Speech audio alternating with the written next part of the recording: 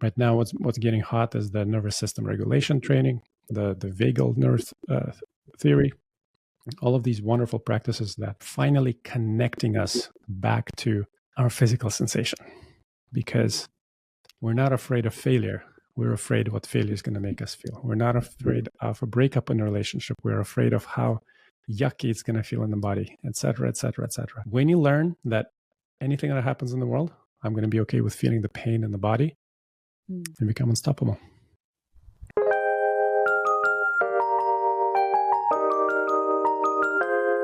Hi, welcome to Wildly Conscious Freedom. Today, I have a very special guest that I have invited onto the show. I want to invite Dmitri onto the show because I personally experienced a very profound experience, a session of understanding who I am and how I am. And for the first time in a long time, I truly feel honor and feel like I have a permission to be able to connect to myself. And even though a lot of time I'm already doing the things that feels like that's my choice, but sometimes we can't help but to also have that self-doubt or self-judgment about, are you sure you should be going this way? Are you sure that's the right thing? And it just takes extra energy to go towards the things that feels right for you. And I feel like the conversation and the reading about human design for myself with Dmitri really helped me reconnect to my truth and feel very honored and acknowledged. So I want to say thank you so much for coming onto the show, Dmitri, for being here and sharing your wisdom and knowledge with us. Oh, it's my honor, my joy to be here. Thank you for initiating and inviting me into this conversation. And I'm excited to see how it unfolds. Thank you, Dimitri. So why don't you start by kind of let the audience know who you are, what you do, and what inspire you to be on this path of helping people with the human design? Definitely. Well, the funny story is the human design focus itself came only about a few months ago into my life.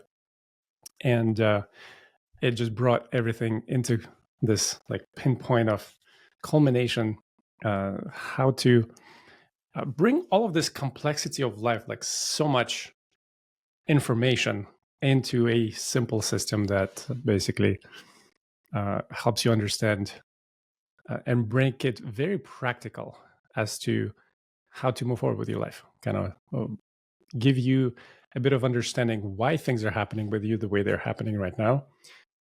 Gives you a bit of validation on why you feel the way you feel right now about everything that's happening, and how to move forward from there. So for me, the human design, that was the they call it the straw that broke the camel's back in a way, and it for me was the thing that put all of the puzzle pieces together that I've been studying so far up till now. And kind of a bit of a backstory for human design. I had the reading maybe a few years ago, and how I mentioned, I got like 150-page report. And if you've tried fiddling with human design so far, you may have gone on the website and gotten a whole book basically written what you think is about you, and very overwhelming, very heady, not really practical.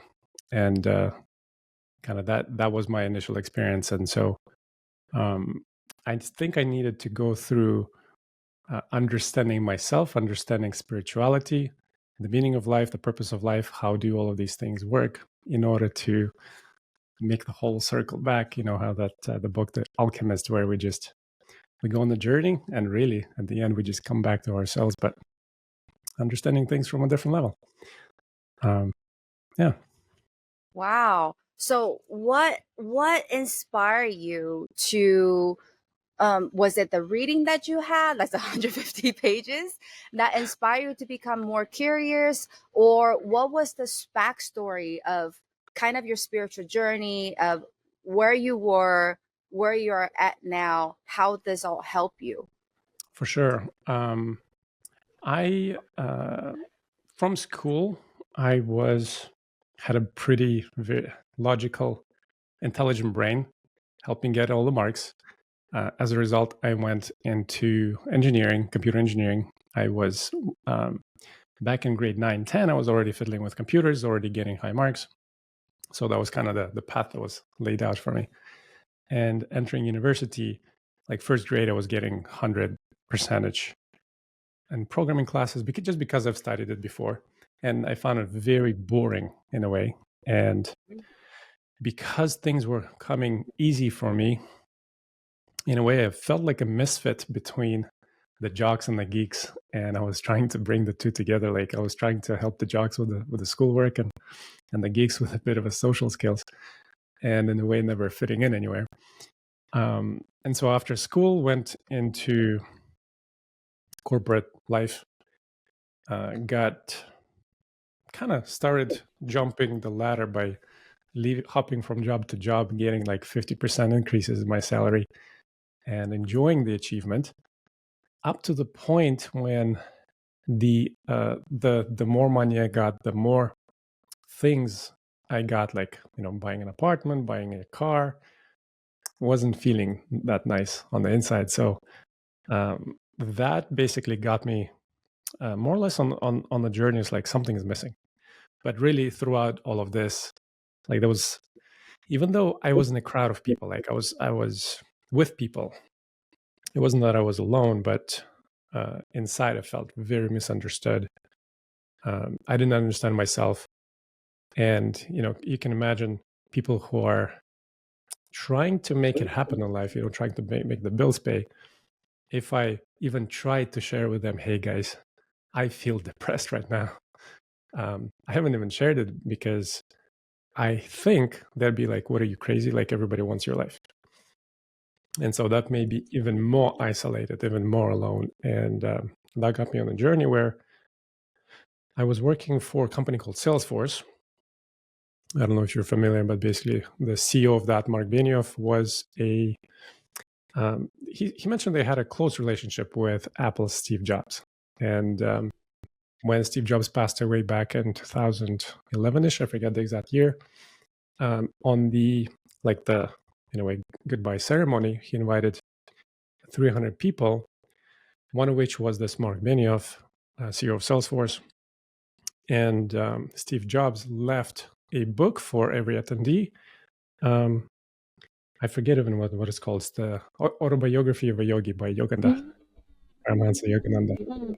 And so that was in 2011, I was very driven, very success-oriented because I wanted to fill that hole that was feeling inside. And Steve Jobs was like, my holy grail in a way, like for everybody else. And Mark Benioff, thankful to him, he actually sent a company-wide email notifying about this book to everybody. And I read the book. It basically said, start meditating. So I started meditating. And that was 2011-ish when I started doing that. And then maybe for about 5 years, I was meditating and kind of still going through life and trying to make stuff happen, trying to found some companies, create some projects. In the meantime, feeling more frustrated, feeling more kind of every time I jump a level, there's still not enough. Now I have bigger goals. I go from, paying $10,000 monthly bills to $40,000, $50,000, $100,000 bills. And I'm like, well, the more I grow, the more expenses grow. And that wasn't fitting. And at some point, it became pretty clear to me that when I'm sitting in meditation, it took me about 18 minutes, I figured, to calm the mind down. Like I felt on 18 mark, like, when you turn out the lights off and all the engines slow down, like in a mechanical room, like I had that on a pretty consistent basis when during the day my mind would wind up. In the evening or morning, I would go into meditation, 18th minute, it's like, and then I would get that. I would open my eyes up, and then my mind and brain would be back on. Yes, the feeling would be different, but I was meditating in order, I guess, to escape life, in some way. And then when I went back into life, like not much was changing. And so that got me started even deeper. It's like, what the heck? What am I missing? And so I think from 2018, I've had quite a journey of different mentors. I basically put all my money I had into education, attending, coachings and sessions and retreats, flying all over the world, trying to understand this whole thing. And I spent maybe at least a couple of years where I escaped reality. I went away from doing the work and basically meditated 6 to 8, sometimes 12 hours a day, and just sit in the cushion meditating. It was kind of wanting to escape life. You know how they say it's like go be a monk in India. Well, I was a monk in my freaking basement, and I got peaceful. Right, life became peaceful, but something else was missing, and it was like I escaped life. Okay, I'm peaceful now. Cool. And when you go on vacation, yeah, you don't have any calls. Like it feels good, but then you still got to pay the bills. You still got to live, and so then that was the next stage for me. All right, so how do you combine the two worlds of like the spirituality, the wisdom, the quiet mind with actually being in life? And I think that culmination, really in the last 2 years, things started to connect, where you could be peaceful when stuff is flying. Like today, I had a pretty full schedule, and kind of just not only finding breaks in between, and how people call this self-care and all of this stuff, but just seeing the schedule differently.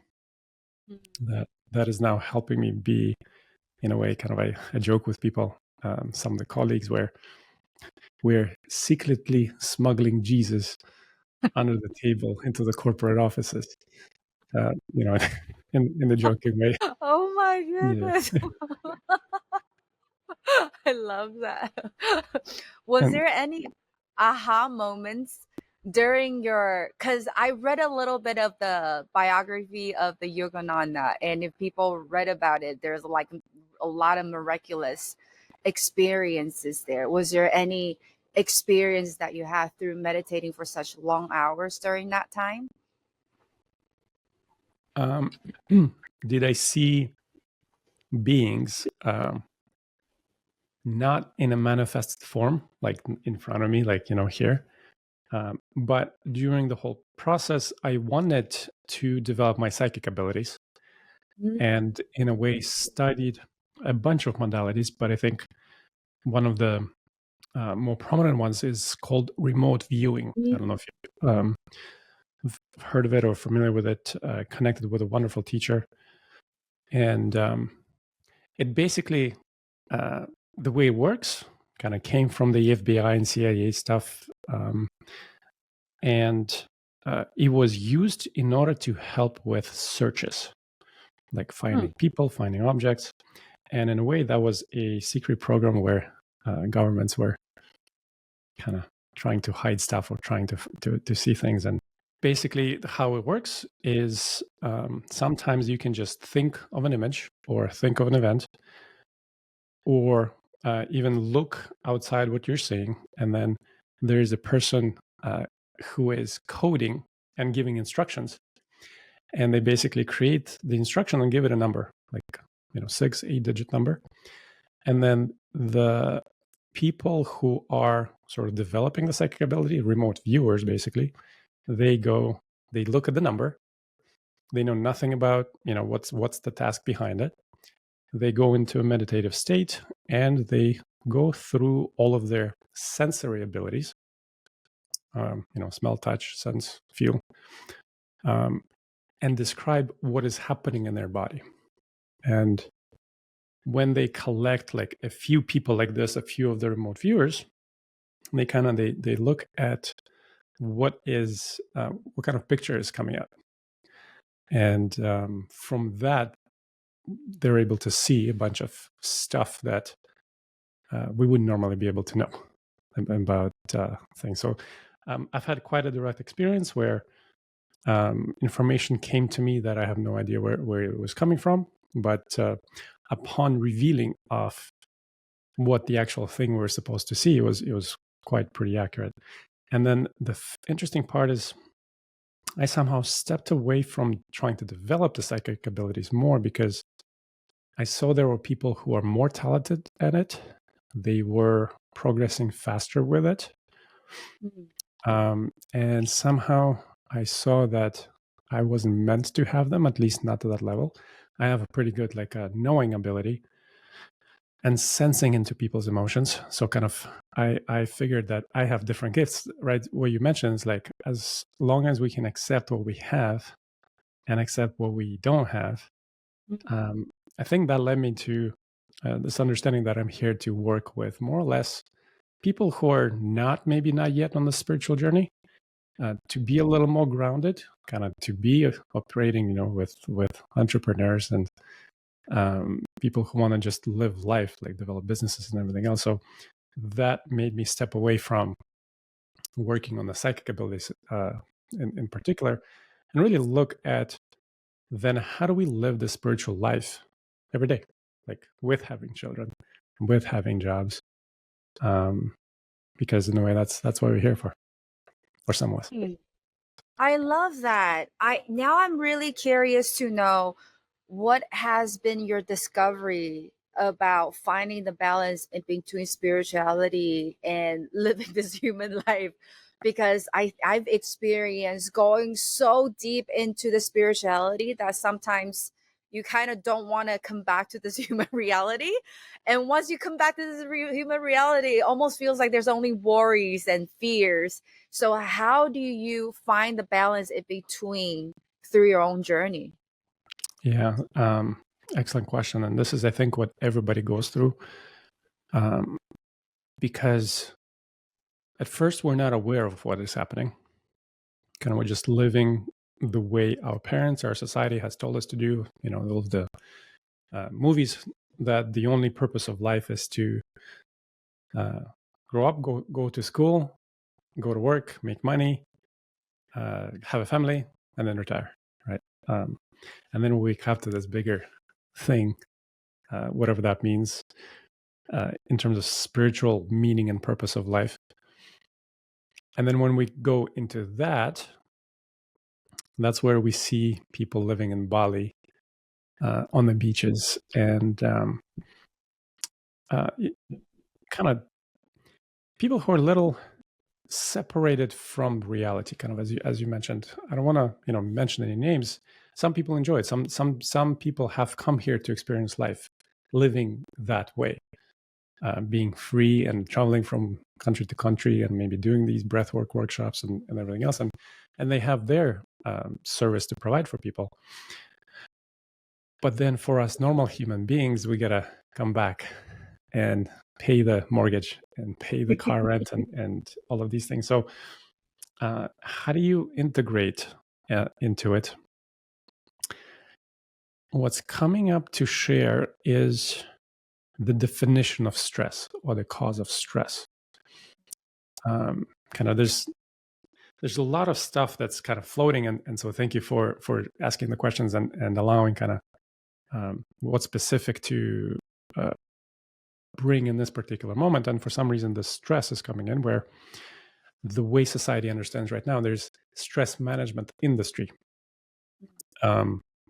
gym, yoga, breath work, hot, cold therapies, all kinds of therapies, including alcohol and entertainment. All of these are, in a way, stress management things, where from that level of understanding, we think that we wake up in the morning and we don't have anything, right? We're just like fresh. We took a shower. We go outside, meet with friends, go to work, do stuff. And it's like, as we're going around, like there's like stress particles out in the air and like a stick on your clothes, right? And so how we're supposed to do laundry of our clothes, we think that stress is like something that sticks on us. And then so in the evening, we got to go and de-stress, like let it all go. And it makes sense. It's kind of, that's why it works. That's why people want to de-stress, and that's why they think that their job is the one that's giving them stress. But in reality, or a different way to look at it, kind of as we're having this conversation, the way I see the world is there's different levels of reality, and we're able to see it from all different aspects, and all of them are correct. Kind of, if you've noticed, my calls is like there's nobody wrong. It's just the way we see things. And during our discussions, it's like, well, what are other ways that we could see some things? And some of these points of view are more helpful than others, and other ways, some are not. And so, from a different point of view, if it is not stress management, right, then what is the cause of stress? And in a way, it is us going out to work, having a certain expectation of how the day is going to go, and then our one meeting runs over by 5 minutes. We are already late to the next meeting because the way life is happening is different from the way we are thought it to happen, wanted to, or planned it for. That is causing the stress now. And that stress is really kind of, in a way, a resistance to what is. So it's like the more we resist of what is happening, the more we want to control life to happen in a certain way, the more, and it's an actual nervous system response of like tension in a way, right? That in the stress management perspective, we go and release the tension, but in this understanding that really the stress is coming from resisting to life, there is no longer a need to get rid of the stress that didn't stick on you. Like, it's just life is happening. Yeah, I thought I would be on time, but traffic was there. And so then it's like the conversation, well, how do we commit to things? How do we still keep our word? How do we live our life? How do we take care of our children when we got to be both at a soccer game at 6 p.m. and we got to finish that report for our boss? And just saying that sounds stressful. Wow. I love what you say. It kind of reminds me, I don't know if you read this book called The Surrender Experiment by Michael Singer. Yeah, I love it. I love that book.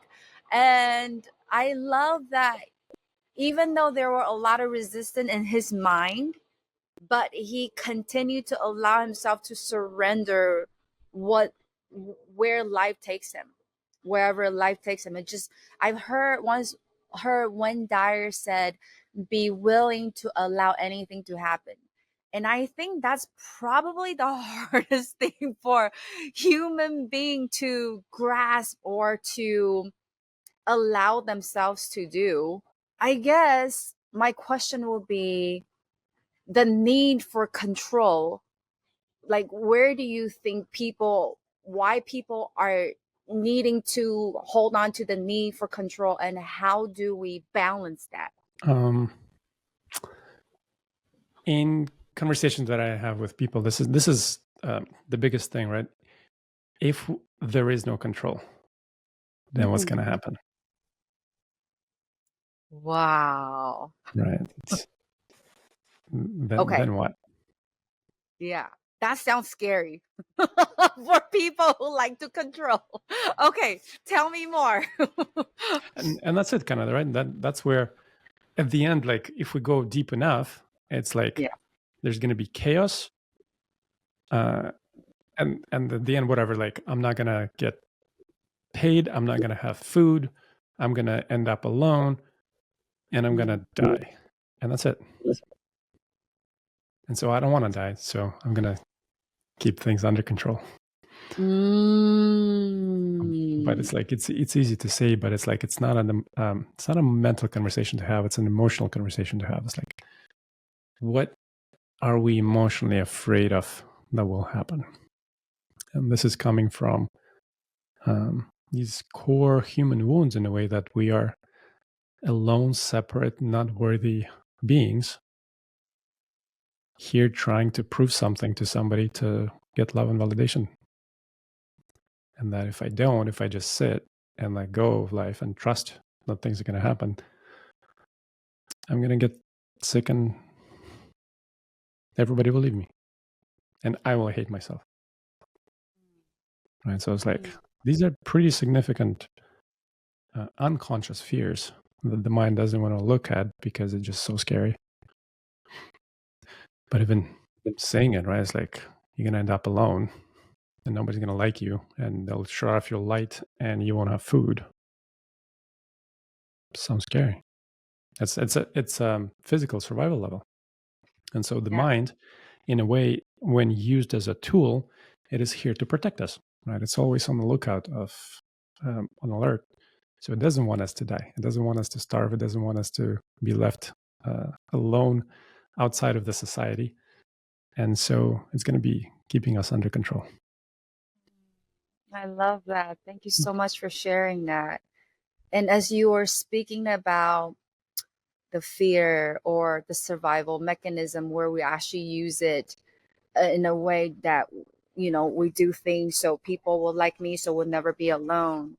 That somehow reminds me of actually my reading with you, and as well as some of the conversation I have with other people, where a lot of time we don't want to, but we're so conditioned to do things from a place of needing validation or approval.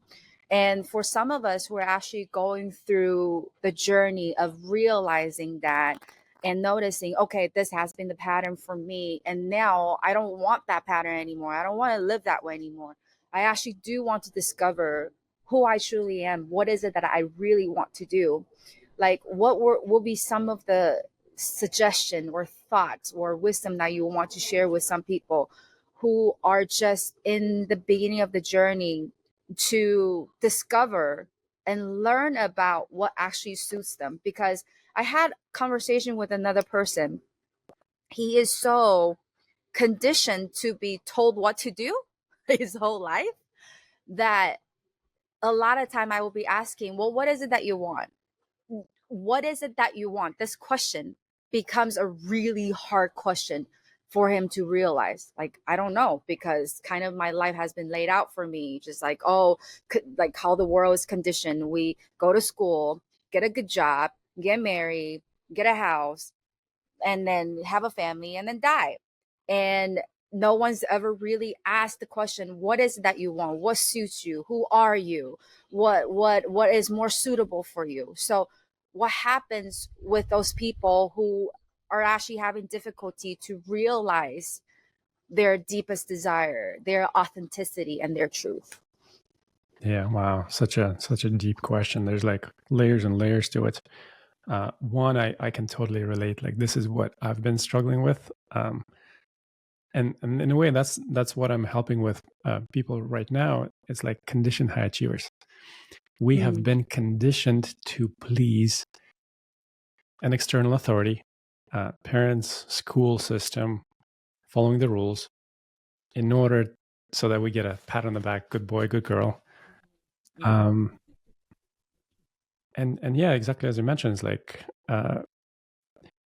from childhood to school to first job, everything is laid out to us. Even then, we have the reaching the ladder, corporate ladder. And especially as I'm speaking with people right now, ages 35 to 40-ish, they are reaching the pinnacle of their career that they have set their aims, goals towards, right? Becoming executive, reaching like the top level positions. And then this midlife crisis sets in. What's next? Right? It's like it's a perfect thing that you asked. Is like, nobody asked them before, what do you want? And this was for me the biggest culprit. Is like, I don't know what I want. So I kept asking my mentors and coaches and different groups that I was in. It's like, guys, what should I want? What's the correct thing to want next? Right? Always relying on somebody else to tell me, like, what should I be doing with my life? Who should I serve? And I love how you just cut it to the chase. It's like, no. It's like, you can have what you want. Or in a way, like the answer lies in, what do you actually want? And for me, the biggest struggle was even like, I can't have what I want because I'm not allowed, or something bad will happen, or, all kinds of things. So it's very individualistic in terms of the specific makeup of how we learned to operate in our childhood, like the coping strategies that we have assumed and learned. But I think overall, in answering your question, to support somebody who is on the journey already, I think the biggest thing is just the confirmation that, one, you can have what you want, and two, life will support you even more when you allow yourself to go after what you want. And that's like the biggest thing. Wow. I love that. And I just want to like dig your brain a little bit more for people who are like, I love what you just said, but what if for people who are like, how do I, let's say I have this desire, this is my passion and I want to go this way, and then there's a hidden fear or unconscious or maybe conscious fear of, but I got to pay the bill, I don't know if my passion can actually help me pay the bill.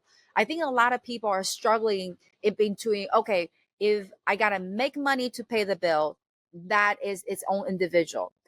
Passion is its own individual. If I want to make it into one, that's almost, it's going to take a long time where I can't do it. Like all these fears come up, or because maybe it's never done before for that individual, that there's just a lot of unconscious limiting belief that's showing up.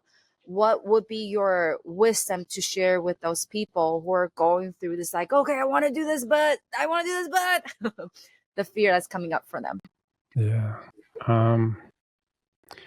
Wow. Also, like, such loaded questions. I love this. And I'm kind of wondering what's the best way to describe it. I can share a story kind of that happened with me with all of this stuff. But before it, we're not recommending that, okay, you go get up right now and tell your partner you're ending the relationship, you're moving to a different country, you're leaving your job. No, this is not the way it's going to work, because what you have in your environment right now is the beliefs you've had maybe a few weeks, few months ago.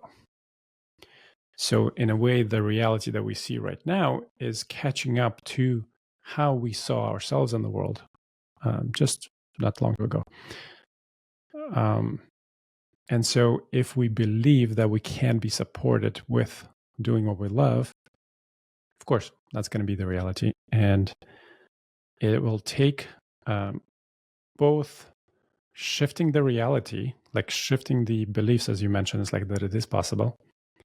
And two, we have to go to the underlying conversation here. Who are we really?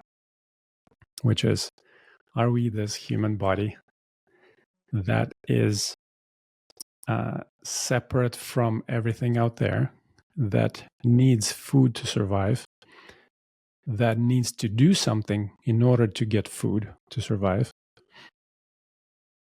And if we're talking about this conversation at the level that we are this human body, it will not be possible to talk about abundance and prosperity, because the human body is separate, lacking, alone, different, and needs help.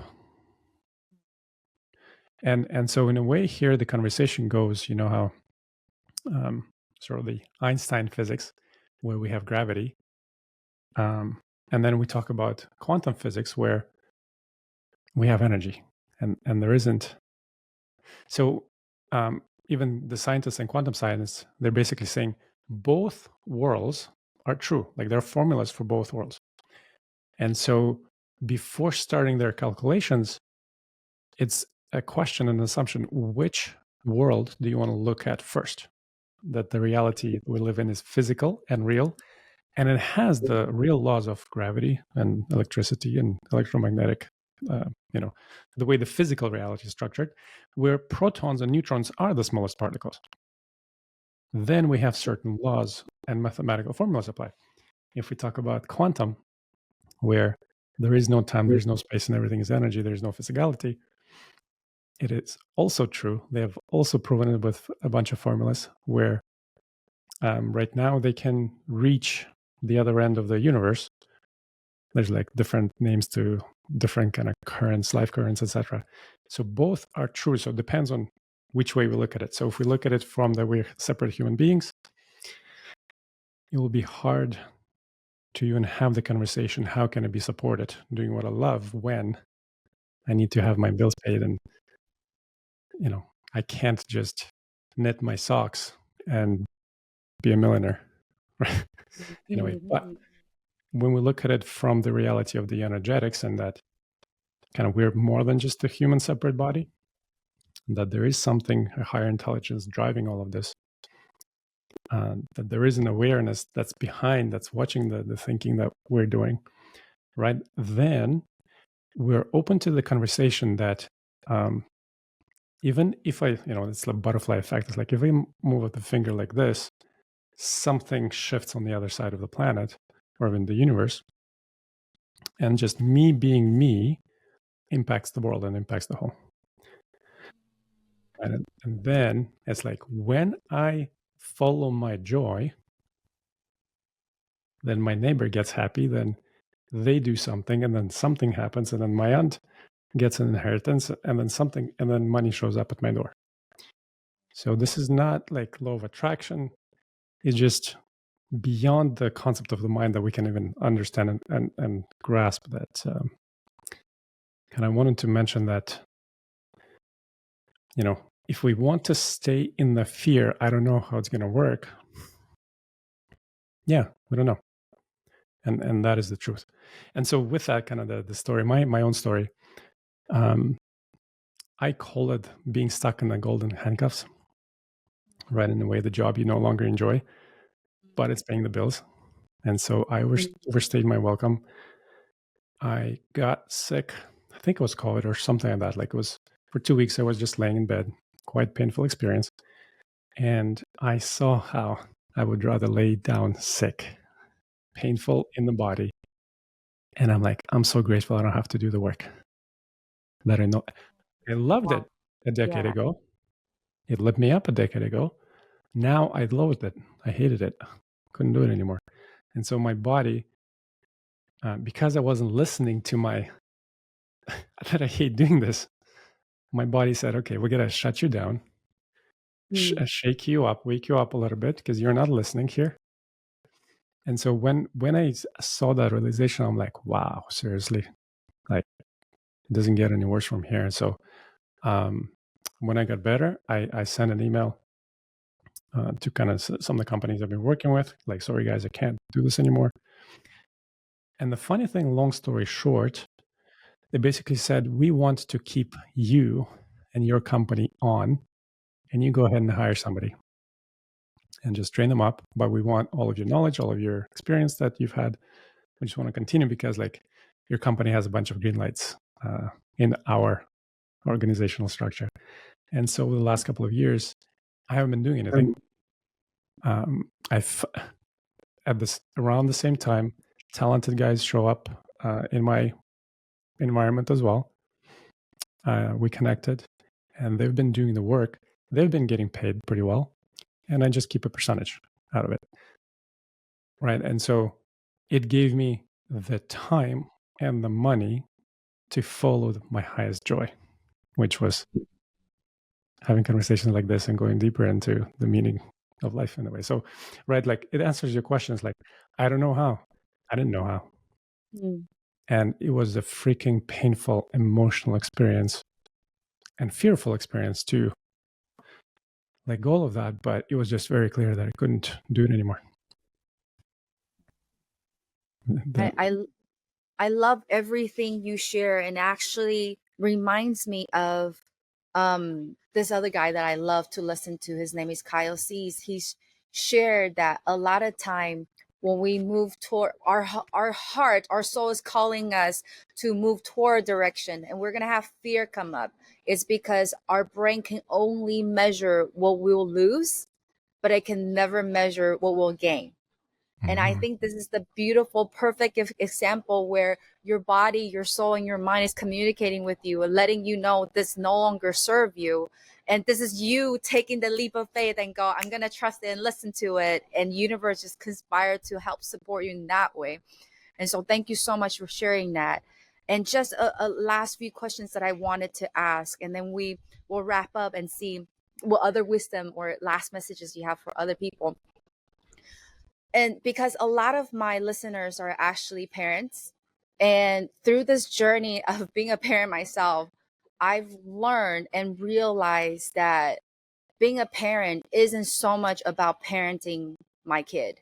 It is more about reparenting myself. And I think through this whole journey of being conditioned to not be who I am, and then finally learn to go, oh, you know, who you are is actually a gift and go for it. I feel like you have so much wisdom here where you can bring parents the shortcut, because I feel like if parents have this wisdom early on, they can start doing that with themselves and create a beautiful positive ripple effect for their children, because they start to trust themselves more, listen to themselves more. So what would be your suggestion or wisdom that you want to share for parents, especially who have young children and raising kids, who may be on this journey of wanting to understand the best way to raise a human as well as re-raise ourselves when it comes to being who we are and living our most truthful, authentic self? Wow. Word of warning, I don't have kids. I only have 2 dogs. I do have 5 nieces and nephews. And to me, children is a pure form of relating to another human being. Mm. And in a way, in the boardrooms and at the office and everywhere else, we are relating to people. But with the children, when we show up to them, they have no filters, and they'll be like, "Why is your nose that way?" And Yeah. and they will reflect to us. It's like, "Oh my God, if I'm sensitive about my nose, it's like, oh, wow, don't say that." Yeah. Right? And what's a good way to relate to human beings? So I kind of, the way I'm watching parents, one, I can't tell you that relax. Like, I definitely understand the responsibility, the energy and time effort this all takes. Right, this is like a huge effort, and thank you for doing all of that. Like, and I know it's a lot. And the best way to raise our children is maybe, as you mentioned, look at yourself first. And as you're looking at yourself, it is also being aware of what conditioning are we now passing forward. And it's so interesting. I'm watching some of my friends where, like, before I would try to have a conversation with them, hey, like, do you want to look at all the stuff that you're doing that maybe like we should look at, or it might be a good idea for you? It's like, no. And then when the children come in and like, I can't handle this kid, it's like, okay, it seems like you're open for the conversation. And I just had a call earlier where the child is very emotionally explosive, and they can't handle them in school, they can't handle them at home. The child is going to therapists and everything else, but it seems like, I don't know the conversations that are happening, but it seems like everybody is making the child wrong, and not actually, nobody knows, like, nobody taught us how to handle emotion. Right, when a child cries, when a baby cries in a store, shh, don't cry, right, it's like, hide the emotion. We shouldn't be seen in our emotion.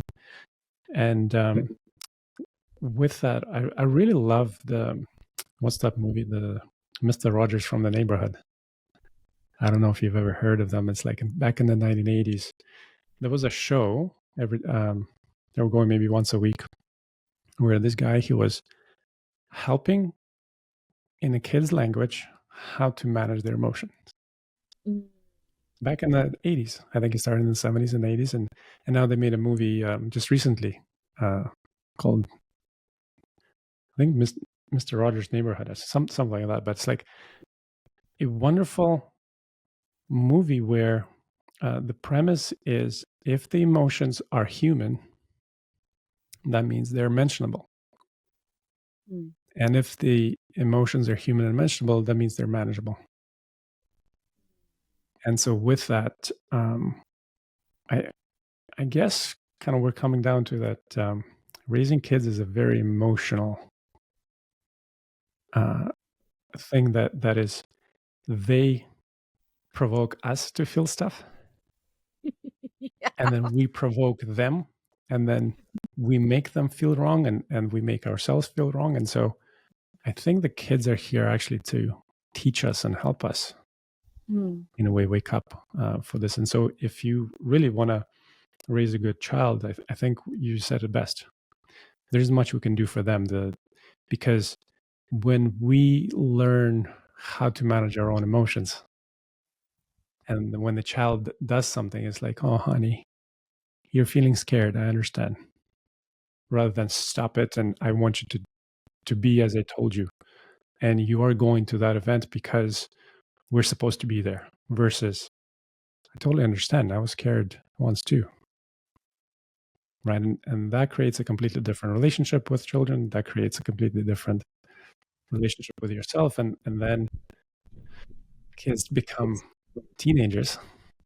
And then parents come in and it's like, he or she won't talk to me. Can you help me?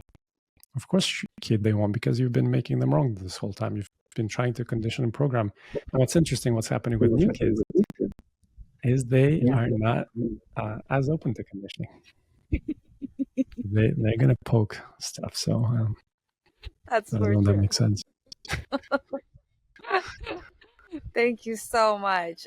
Just a last few questions. Is there any last messages that you want to share with the audience today here?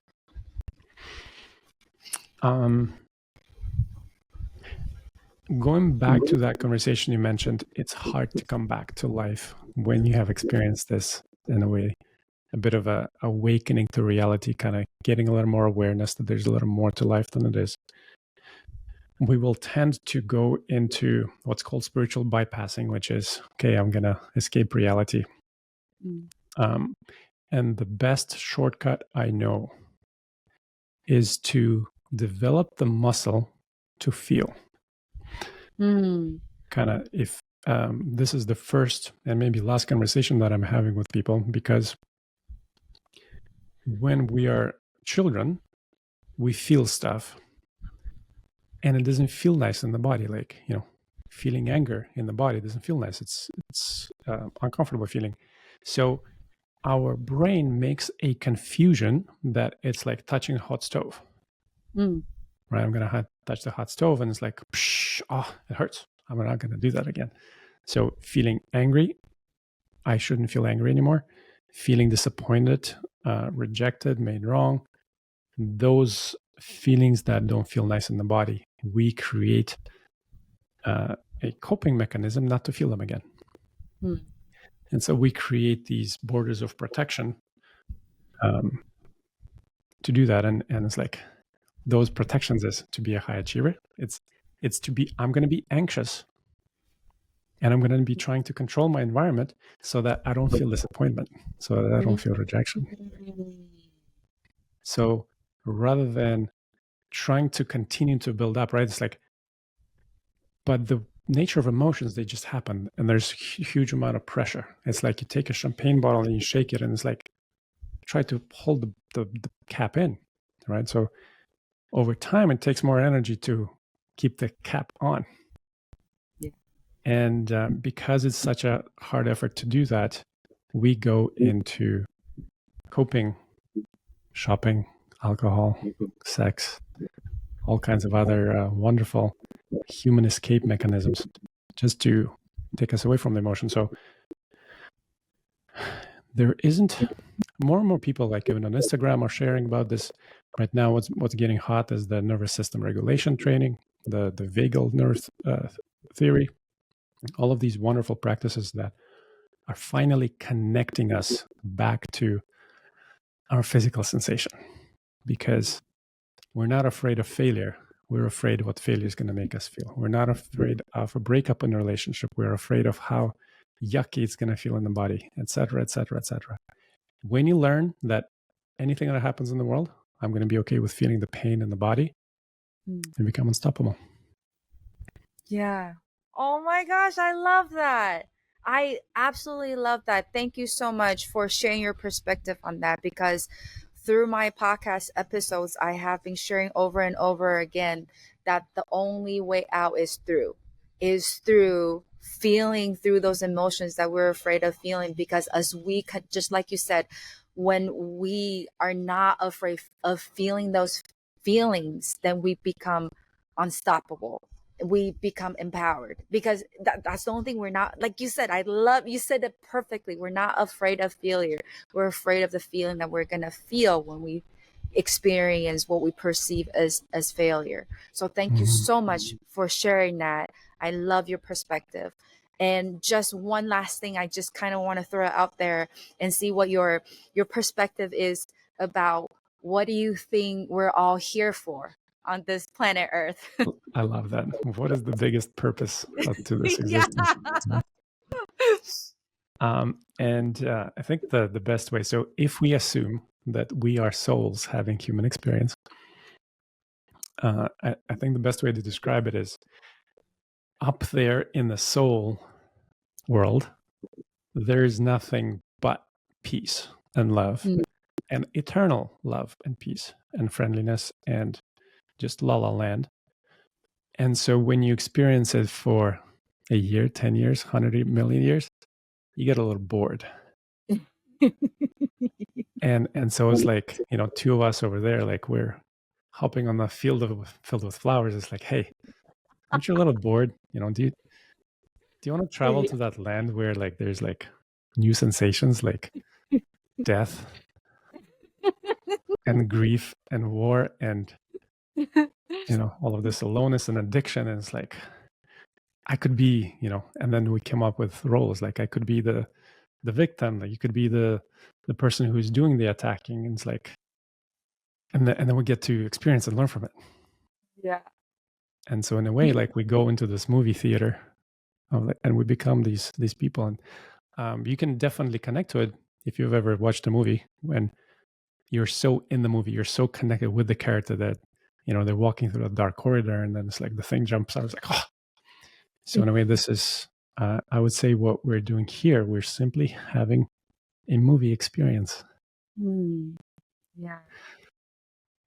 And at some point it gets to be that the grief and the sorrow and the missing become such beautiful, alive experiences that you just become tearful, not because it hurts, but tearful because it's so beautiful. And I think that's why we're here.